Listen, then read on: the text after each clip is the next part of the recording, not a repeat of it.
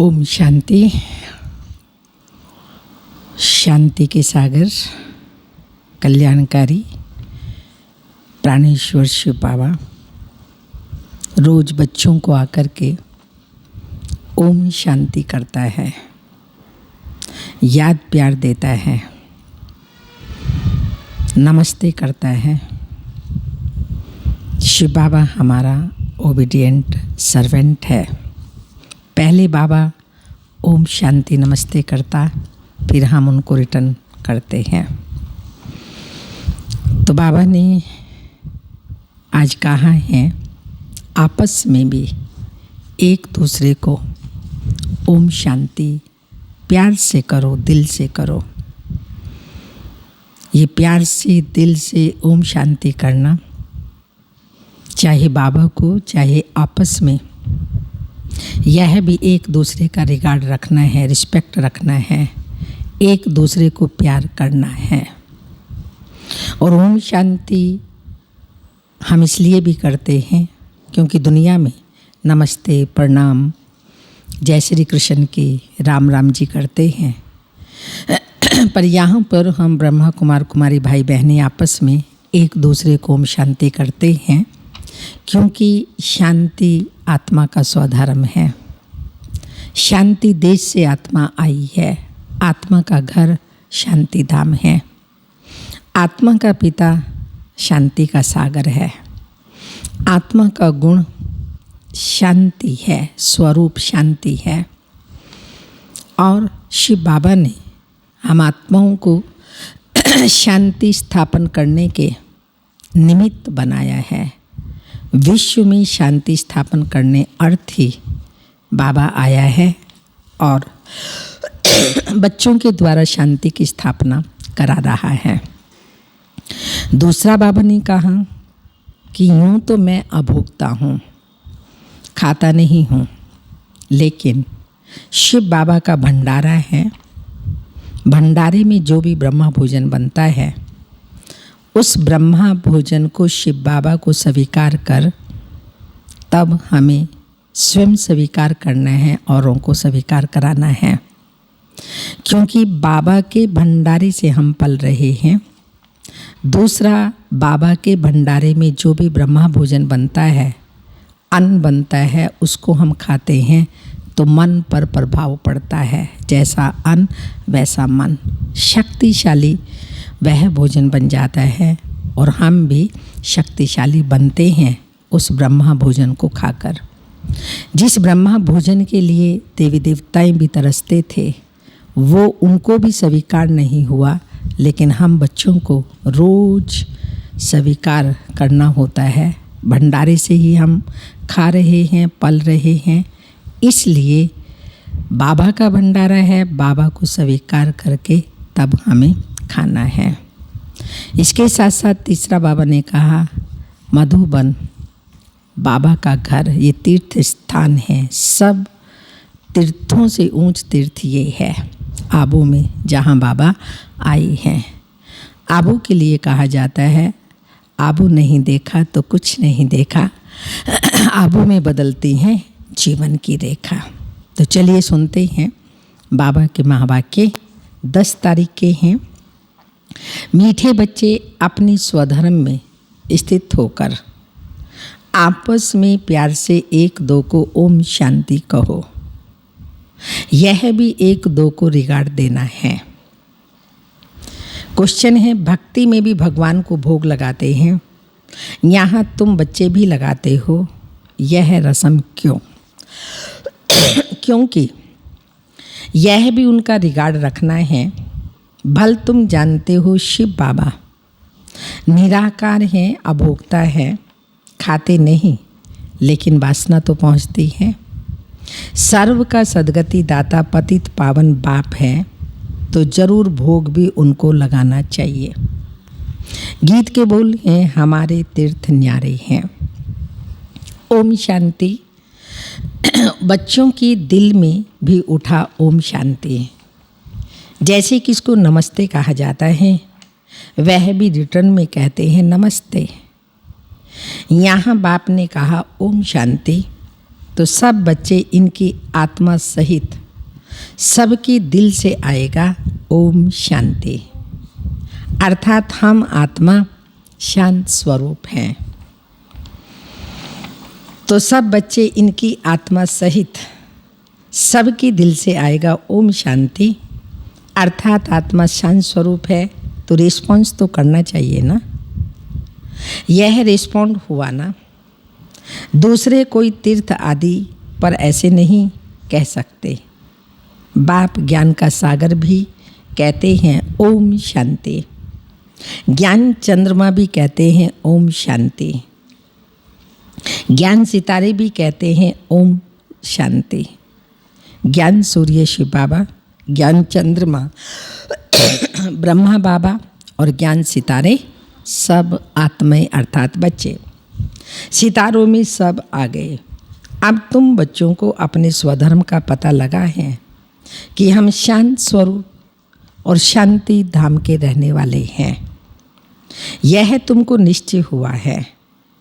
अच्छी रीति से तुम आत्मा को जानते हो। बरोबर कहा भी जाता है महान आत्मा, पाप आत्मा, आत्मा ही एक शरीर छोड़ दूसरा लेती है, परंतु आत्मा का यथार्थ परिचय कोई को नहीं है। हम आत्मा इतनी छोटी हैं, 84 जन्मों का पाठ बजाते हैं। यह ना तुमको पता था ना और कोई जानते हैं। अभी तुम बच्चे सन्मुख बैठे हो, बाप को अपना बनाते हो। बच्चे बाप को अपना बनाते हैं बाप से वर्षा लेने के लिए। तुम बच्चे जानते हो हम आत्माओं का बेहद का बाप इस ब्रह्मा तन में आया हुआ है। ब्रह्मा तन में आकर आदि सनातन देवी देवता धर्म स्थापन करते हैं। कल्प पहले भी आदि सनातन देवी देवता धर्म अर्थात सूर्यवंशी राजधानी स्थापन हुई थी। यह स्थापना का कार्य कल्प कल्प बाप ही करते हैं, जिसको भगवान कहा जाता है। भगवान बाप से सब मांगते हैं कि दुख हरो सुख दो। जब सुख मिल जाता है तो मांगने की दरकार नहीं रहती। यहाँ मांगते हैं क्योंकि दुख है, वहाँ कुछ भी मांगने की दरकार नहीं रहती है, क्योंकि बाप सब कुछ देकर जाते हैं। इसलिए सतयुग में कोई भी बाप को याद नहीं करते। तो बाप समझाते हैं कि बच्चों को हम सुख धाम का मालिक बनाते हैं। तुम बच्चे जानते हो इस बाबा से हम फिर से सुख धाम का वर्षा ले रहे हैं। बेहद के बाप से बेहद का सुख लेते हैं। तुमको समझाया जाता है भक्ति मार्ग कैसे चलता है। मनुष्य सृष्टि रूपी झाड़ की उत्पत्ति, पालना और संहार कैसे होता है, वह ड्रामा का आदि मध्य अंत क्या है। यह है साकारी दुनिया और वह है निराकारी दुनिया। बच्चे समझ गए हैं। हमने पूरा आधा कल्प क्या किया? आधा कल्प भक्ति की है। अब कलयुग का अंत है। वर्षा मिलता है संगम पर। यह बच्चों को अच्छी रीति समझना चाहिए। अभी हम संगम पर हैं। यह तुम बच्चे ही समझते हो, दूसरे कोई समझेंगे नहीं। वर्तमान समय ब्राह्मण बच्चों के लिए संगम युग चल रहा है। कलयुग का अंत, सतयुग का आदि, बीच का कल्याणकारी पुरुषोत्तम संगम युग। तो हम संगम युग पर हैं। ये सिर्फ ब्राह्मण बच्चे समझते हैं, जानते हैं, मनुष्य नहीं समझते। जब तक परिचय नहीं देंगे, हम उनको नहीं समझाएंगे, तब तक वो नहीं समझ सकते। जरूर संगम युग आता है जबकि पुरानी दुनिया बदल नहीं होती है। ये सारी पुरानी दुनिया है। इनको आयरन एज कहा जाता है। यह भी तुम जानते हो। पहले पहले सारी दुनिया पर पहले पहले सारी दुनिया पर क्या होता है? एक धर्म होता है। नई दुनिया में भारत खंड ही सिर्फ होता है। थोड़े मनुष्य होते हैं। नई दुनिया को स्वर्ग कहा जाता है। इससे सिद्ध है नई दुनिया में नया भारत था। अब पुरानी दुनिया में पुराना भारत है। गांधी भी कहते थे नई दुनिया नया भारत हो, नई दिल्ली हो। अब नव भारत व नई दिल्ली है नहीं। नव भारत में तो इन लक्ष्मी नारायण का राज्य था। अभी उसी ही भारत का रावण का राज्य है। इसी भारत पर रावण का राज्य है, ये भी लिखना चाहिए। नई दुनिया नई दिल्ली, फलाने समय से फलाने समय तक इनका राज्य। ये समझा भी वही सकता है जो नई दुनिया बनाने वाला है, वो है शिव बाबा। वही अब बच्चों को समझा रहे हैं।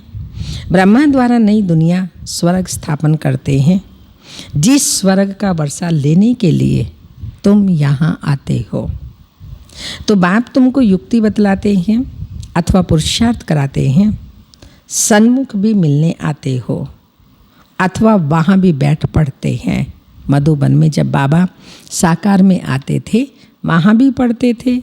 फिर जगह जगह पर बाबा की मुरली जाती है, वो भी पढ़ते हैं और सुनते हैं। फिर भी दिल होती है सन्मुख मिले। वह सन्मुख मिलते हैं मनुष्य मनुष्य से। यहाँ तुम कहेंगे हम जाते हैं कहाँ पर? शिव बाबा से मिलने। कहेंगे वह तो निराकार है ना, हम आत्मा भी निराकार हैं। हम भी पाठ बजाने आते हैं ना। जिनका नाम है वह जरूर पाठधारी भी हैं। भगवान का भी नाम है ना। निराकार शिव को ही भगवान कहा जाता है और किसी को भगवान नहीं कहेंगे।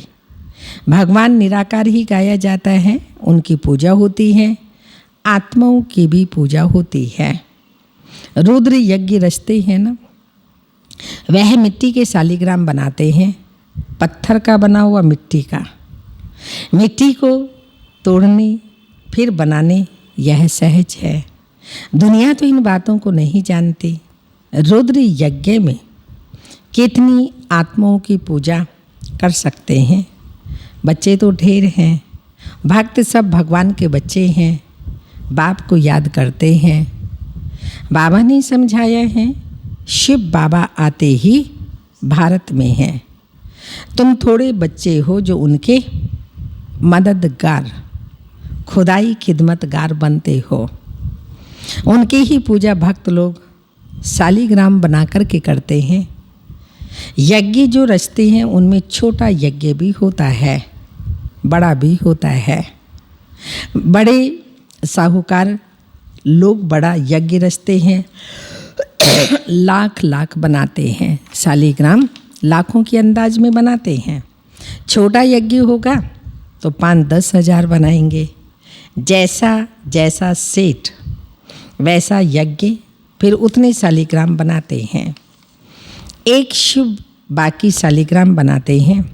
फिर उतने ब्राह्मण भी चाहिए। बहुतों ने यज्ञ देखा होगा। तुम जानते हो बाबा हम बच्चों की सेवा करते हैं, हम फिर औरों की सेवा करते हैं, इसलिए पूजा होती है। शिव बाबा की सिंगल पूजा और शालिग्राम आत्माओं की डबल पूजा, शालिग्राम के रूप में और देवताओं के रूप में। तुम अभी पूज्य बनते हो। आत्मा कहती है बाबा आप तो सदैव पूज्य हो, हमको भी पूज्य बना रहे हो। तुम पूज्य आत्मा शरीर लेंगी तो कहेंगे पूज्य देवी देवताएं। आत्मा ही पूज्य अथवा पुजारी बनती है। बाप एक ही बार आते हैं, फिर कभी बाप आत्माओं को पढ़ाएं ये होता नहीं। आत्मा ही सुनती है। जैसे आत्मा शरीर द्वारा सुनती है, वैसे परम पिता परमात्मा सुप्रीम आत्मा भी शरीर का आधार ले इन द्वारा सुनते हैं। इन द्वारा तुमको राजयोग सिखाते हैं। उनको अपना शरीर तो है नहीं। ब्रह्मा विष्णु शंकर का भी अपना सूक्ष्म शरीर है, यहाँ तो सबका अपना अपना शरीर है। यह है ही साकारी दुनिया।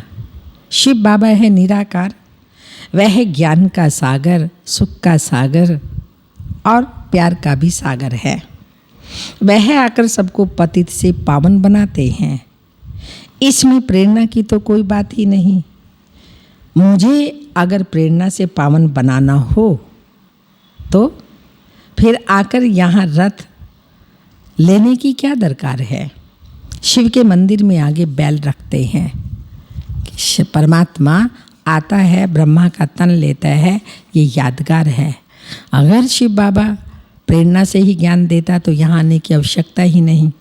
और प्रेरणा से ज्ञान देने से हम आत्मा ही उस परमात्मा की प्रेरणा को कैच करे, वो नहीं हो सकता, क्योंकि आत्मा पतित बन गई है, अपवित्र बन गई है। परमात्मा की प्रेरणाओं को कैच नहीं कर सकते। इसलिए परमात्मा को सन्मुख आकर के ज्ञान देना पड़ता है। और आता है प्रजापिता ब्रह्मा के तन में तो परमात्मा ज्ञान देता है। मनुष्यों की बिल्कुल बुद्धि पत्थर बुद्धि होने के कारण कुछ भी समझते नहीं। बैल शिव के आगे क्यों रखा है? गौशाला नाम सुना है ना, तो बैल रख दिया है। अब बैल पर किसने सवारी की? कृष्ण की आत्मा तो सतयुग में होती है, उनको क्या पड़ी जो जानवर में आकर बैठेंगे? कुछ भी समझते नहीं हैं। द्रौपदी भी एक थोड़ी थी, ढेर हैं जो पुकारती रहती हैं। उन्होंने तो एक नाटक बना दिया है कि श्री कृष्ण साड़ियाँ देते जाते हैं, अर्थ कुछ भी समझते नहीं। उन्होंने नाटक बनाया है। अभी तुम बच्चे समझते हो तुमको 21 जन्मों के लिए नंगन नहीं होना है। कहाँ की बात कहाँ ले गए। भक्ति मार्ग की अथाह कहानियाँ हैं। कहते हैं ये कथाएं आदि सब अनादि है, पुनर्जन्म लेते सुनते आए हैं। अनादि भी कब से शुरू हुई कुछ भी पता नहीं है। यह भी पता नहीं कि रावण राज्य कब से शुरू होता है, उसका वर्णन कोई नहीं है। तुम कितनी सेवा करते हो? वह सूर्य चांद सितारे आदि तो हैं ही, सतयुग में भी हैं तो अभी भी हैं, उनका बदल सदल नहीं होता। तुम अब निमित्त बने हो भारत को ही फिर से अंधियारे से निकाल रोशनी में लाने के। भक्ति मार्ग को अंधियारा कहा जाता है। तुम्हारी महिमा है, तुम हो। आपकी क्या महिमा है? तुम हो धरती के सितारे। सितारे हैं तो चांद सूर्य भी होने चाहिए। यह है तुम्हारा रूहानी तीर्थ। तुम ऐसी यात्रा पर जाते हो जहाँ से फिर इस मृत्यु लोक में नहीं आएंगे। अभी यह मृत्यु लोक है, फिर यहाँ ही अमर लोक होगा। द्वापर से मृत्यु लोक शुरू होता है। तुम अब सच्ची सच्ची अमर कथा सुन रहे हो। अमर लोक में जाने के लिए तुम समझते हो हम आत्माओं की यात्रा न्यारी है। इस शरीर से जाओ तो माउंट आबू जाते हैं वो यात्रा, और आत्मा की यात्रा जो परम धाम जाती है और परम धाम से फिर सतयुग में आती है तो रूहानी यात्रा है, क्योंकि आत्मा ही पुराना शरीर छोड़ करके अपने घर परम धाम जाएगी और फिर स्वर्ग अपनी राजधानी में आएगी। उसके लिए बाबा बच्चों को अमर कथा सुना रहे हैं, अमर लोक में जाने के लिए। तुम समझते हो हम आत्माओं की यात्रा न्यारी है। तुम यहाँ बैठे हो, यात्रा पर जाने का पुरुषार्थ करते हो। याद से ही तुम्हारे विकर्म विनाश होंगे। वो यात्रा पर जाते हैं, विकर्म विनाश कहाँ होते हैं? शराब की तो मनुष्यों में इतनी आदत है जो छिपाकर जरूर ले जाते हैं। आजकल तो बहुत गंदे भी होते हैं यात्रा में। हैं तो सब पतित ना, जैसे ब्राह्मण पतित वैसे यात्री भी पतित। पंडे लोग यात्रा कराते हैं, पावन थोड़ी हैं। तुम तो पवित्र रहते हो। सच्चे ब्राह्मण तुम हो, तुम्हारी आत्मा पवित्र रहती है। याद की यात्रा से ही तुम पवित्र बनते हो। सतो प्रधान बनना है बाबा बार बार लिखते हैं, मीठे मीठे बच्चों, यह शिव बाबा ने आत्माओं को लिखा, मुझे याद करो तो तमो प्रधान से सतो प्रधान बन सतो प्रधान दुनिया के मालिक बन जाएंगे। बस एक ही डायरेक्शन है मुख्य। कितना सहज है। याद से ही विकर्म विनाश होंगे, याद नहीं करेंगे तो विकर्म विनाश नहीं होंगे और फिर सजा खाएंगे। बाबा तो कहते तुम कहाँ भी जाओ कमाई कर सकते हो, उठो बैठो खाओ पियो, सिर्फ बाप को याद करो, तुम्हारी कमाई है। बच्चों के लिए तो और ही सहज है, इसमें कोई अटेंशन की बात ही नहीं। श्रीनाथ के मंदिर में श्रीनाथ की याद में बैठते हैं, भोग लगता है तो पत्थर की मूर्ति ना। भोग भी किसको लगाना चाहिए? अधिकारी तो एक शिव बाबा है, सर्व का सदगति दाता पतित पावन वह है। तो बाप कहते हैं मैं स्वीकार ही नहीं करता हूँ, तुम मेरे ऊपर दूध भी पानी वाला चढ़ाते हो। हाँ, 5% दूध और 95% पानी, तो ये भोग लगाते हो क्यों? मैं तो निराकार अभोक्ता हूँ, मेरी क्या पूजा करते हो? मेरे आगे भोग रखेंगे, लेकिन भक्तों ने भोग लगाया, उन्होंने ही बांट कर खाया, मैं तो खाता नहीं हूँ। तुम जानते हो शिव बाबा को भोग तो ज़रूर लगाना है, फिर बांट कर तुम ही खाते हो। यहाँ भी ऐसे ही होता है। लेकिन यहाँ बाबा चैतन्य हैं, बाबा स्वीकार करता है, भाषण लेता है और उसमें शक्ति भर देता है, लेकिन खाते तो हम ब्राह्मण बच्चे ही हैं। बाबा अभोक्ता है, खाता नहीं है।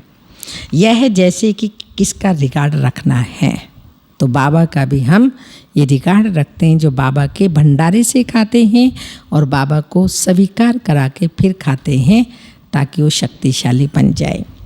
हम शिव बाबा को भोग लगाते हैं, शिव बाबा का भंडारा है ना, जिसका भंडारा है उसको भोग जरूर लगाना पड़े।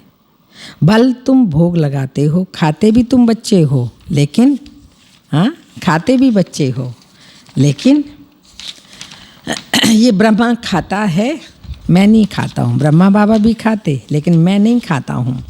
बाकी वासना तो आएगी ना। बहुत अच्छा भोग बनाया है, शाही तोरी बनाई, शाही पनीर बनाया, बहुत अच्छा भोग बनाया। कहने के लिए ऑर्गन्स तो है ना, ये ब्रह्मा खा सकते हैं, ये शरीर तो इनका है ना। मैं सिर्फ इनमें आकर प्रवेश करता हूँ, मुख ही काम में लाता हूँ। तो तुम बच्चों को पतित से पावन बनाने, गौ मुख भी कहते हैं ना, बरोबर गौ भी है। तुम जानते हो, इनसे ही तुम बच्चों को अडॉप्ट करते हैं। यह माता पिता दोनों हैं, ब्रह्मा बाबा माता भी है, इनके द्वारा शिव बाबा हमें अडॉप्ट करते हैं, और अलौकिक पिता भी है। परंतु माताओं को संभाले कौन? इसलिए सरस्वती को निमित्त रखा है। ड्रामा प्लान अनुसार माता गुरु की महिमा भी चाहिए ना। गुरु तो पहले नंबर में मशहूर यह है, गुरु ब्रह्मा ठीक है, जैसे बाप वैसे बच्चे। तुम ब्राह्मण भी सच्चे गुरु बनते हो, सारे गुरु भाई बनते हैं। शिव बाबा सतगुरु है और बच्चे मास्टर गुरु बनते हो। सबको सच्चा रास्ता बताते हो स्वर्ग का। आत्मा ही मुख से रास्ता बताती है। कौन सा रास्ता है? मन मना भव मध्याजी भव।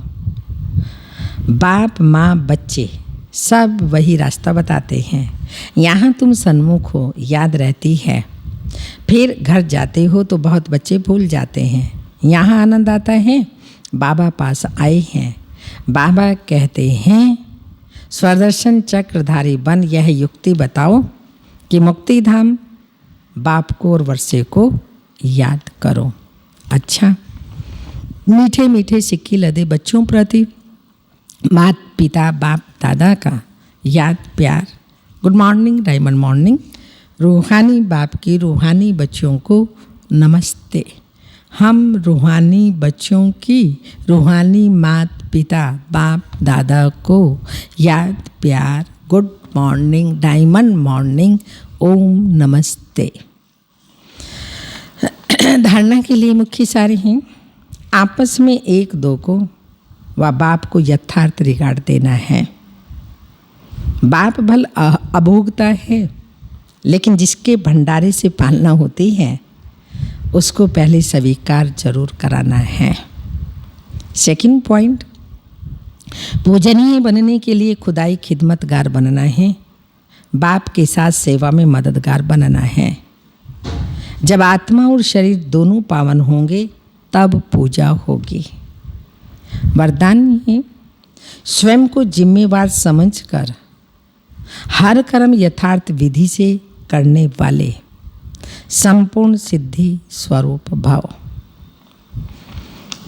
इस समय आप संगम योगी श्रेष्ठ आत्माओं का हर श्रेष्ठ कर्म सारे कल्प के लिए विधान बन रहा है, तो स्वयं को विधान के रचयिता समझकर हर कर्म करो। इससे अलबेलापन स्वतः समाप्त हो जाएगा। संगम युग पर हम विधान के रचयिता है, जिम्मेवार आत्मा है। इस निश्चय से हर कर्म करो। यथार्थ विधि से किए कर्म संपूर्ण सिद्धि अवश्य प्राप्त होगी। इस संगम युग पर पूरे कल्प के लिए सत्ययुग, त्रेता, द्वापर, कलयुग, पूरे कल्प के लिए शूटिंग होती है।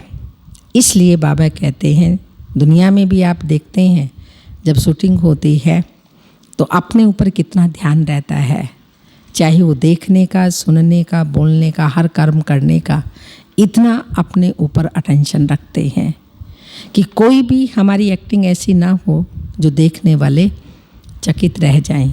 ऐसी हमारी एक्टिंग हो जो देखने वाले सभी वंस मोर करें। ये संगम युग है ही सारा शूटिंग का युग। इसमें हमारी सारी शूटिंग हो रही है। तो हर कर्म करते हुए, जो आज बाबा ने कहा भी है, बाप की याद में कर्म करेंगे तो हमारे कर्म ऐसे बन जाएंगे जिन कर्मों को दूसरे देख कर के प्रेरणा लेंगे, वो भी अपना कर्म ऐसा ही बनाएंगे। विधि से कार्य करने से ही सिद्धि प्राप्त होती है। तो हर कार्य विधि से करना, अर्थात बाप की याद में करना।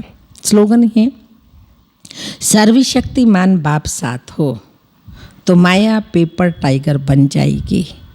सर्वशक्तिमान बाप साथ हो तो माया पेपर टाइगर बन जाएगी।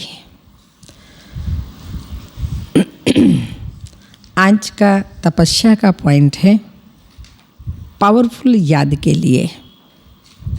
पावरफुल याद हो, पावरफुल याद के लिए सच्चे दिल का प्यार चाहिए। शिव बाबा दिलाराम हैं।